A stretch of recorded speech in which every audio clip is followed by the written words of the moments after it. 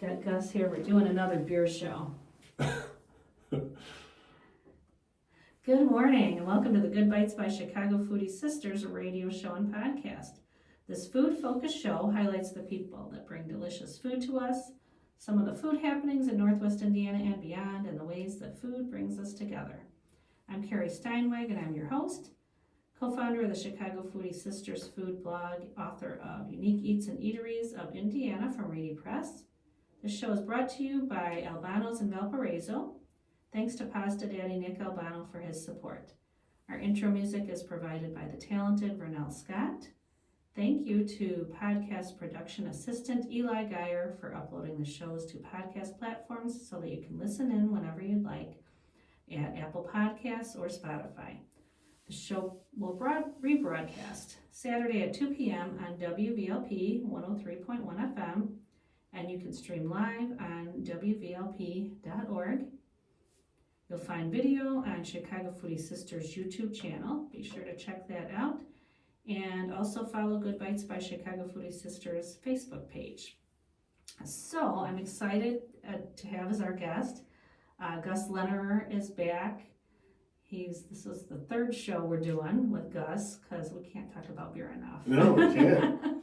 So glad to kind of continuing our last discussion because we just didn't have enough time. Right on. So we're just going to talk about the beer industry and just all things beer. And let's kind of start out with where things are in the beer industry right now and kind of what you see, where you see the industry going, what the future of beer, small breweries, craft beer looks like. Yeah, So. I think right now beer's having a rough time.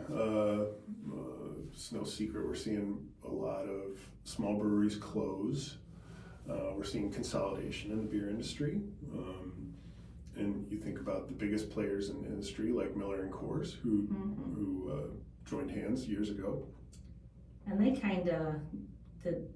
What are some of the smaller like craft breweries that got bought up by?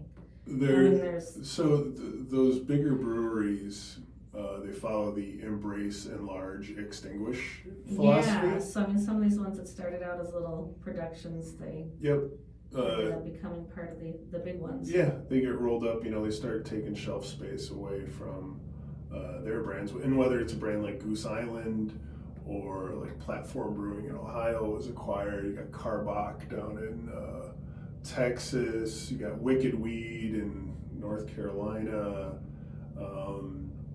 just so many brands that got rolled up into bigger, mega corporation, international breweries. Once that happens, they lose their charm. They lose their autonomy. They're saddled with that pesky P&L where now they have to make X amount of dollars and they have to deliver a shareholder value, as opposed to being able to make the best beer that they want to make or be as creative as they want to be. So you get these larger regional craft brewers, and not even regional anymore, but like, geez, look at New Belgium, look at Bell's Brewing, and they've been acquired, and companies like Anchor in San Francisco.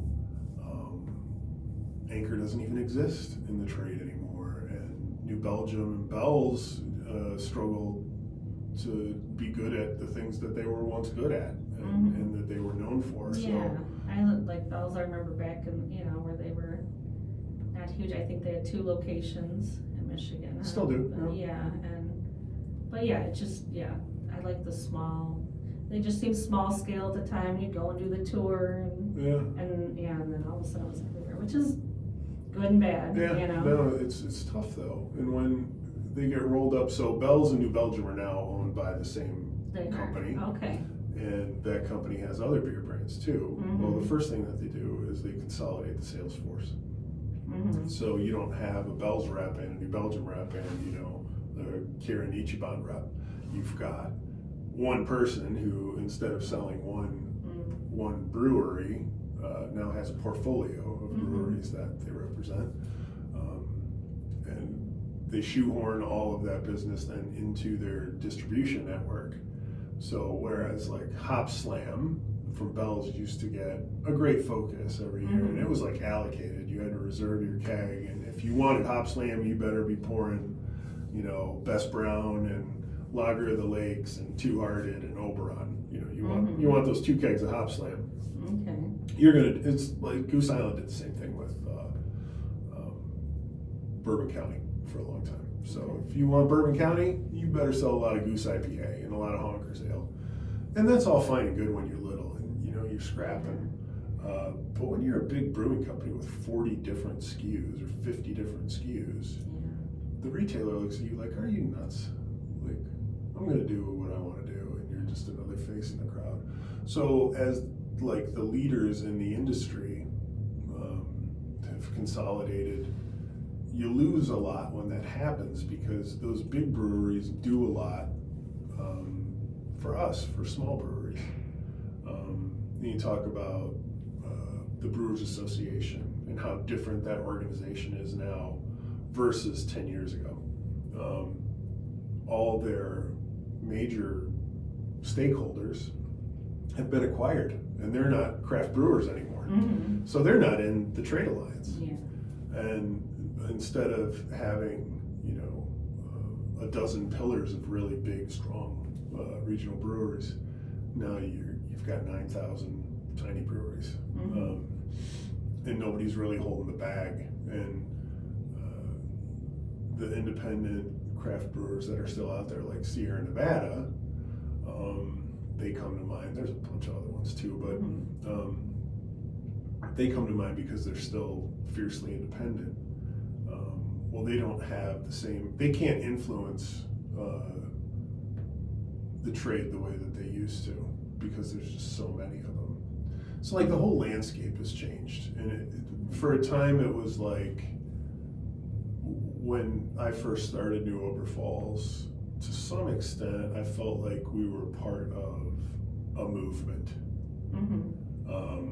That we were all trying to make great beer and trying to bring these experiences of like flavor and quality and community to our beer drinkers. And you'd be hard pressed to find that now. Like, that feeling doesn't exist. I mean, it exists for me because it's something that we're still trying to do, but I don't feel that camaraderie that I used to feel. So like at a craft brewers conference, I ended up hanging out with Larry Bell for a night. And Steve Dressler from Sierra Nevada. Like, these guys are, they're luminaries in the industry. Like, they wouldn't take that time now to deal with a guy like me. Now that there's 9,000 of us instead of 4,000 of us when I did get to know them. So, the whole landscape has changed, and it's become not a bit, but a lot more fragmented. So when would you say this movement started? How far back are we going? Like the 90s, when things started to kinda? get, yes. Oh, there was a great consolidation and kind of a great shakeout in the early 90s, where a lot of craft breweries that sprung up in the late 80s and early 90s began to fall off in the recession of the early 90s. So better food, better alcohol, quality of life, accoutrement, like food and bev. People have more money, they're going to eat and drink better. They're going to eat and drink more. They're going to enjoy what they're doing more. Well, when economic times get tough, it's when we see a shakeout. And right now, like, the stock market is not the economy. So if our federal government were to really be honest about what is going on in the economy today, I think things would only get worse in a hurry. We'd sell a lot more ammunition. We wouldn't be selling a lot more anything else. Like, things are that bad, and people don't realize that. But when you've got 30% of the states in this country should be bankrupt. They should file and get rid of their pension liabilities. The taxation's through the roof. Employment's hard to come by. Healthcare costs are outrageous. Like, all these things chip away at the quality of life and the time and money that people have to eat, drink, socialize, and enjoy themselves. So that happened in the 90s, like during Clinton won, you know, his first term, and we had that bad recession, and then things started to come back. And aside from the dot-com bubble in '01, which I don't think really had a big bearing on overall quality of life, you know, things progressed really strong until the housing crisis in 2008, and then we saw another dip and another consolidation in the brewing world. What about like post 9/11? How did it kind of? Yeah, Was there any effect on like the beer industry from? I think that's when things really started to heat up, Yeah. because we had a great sense.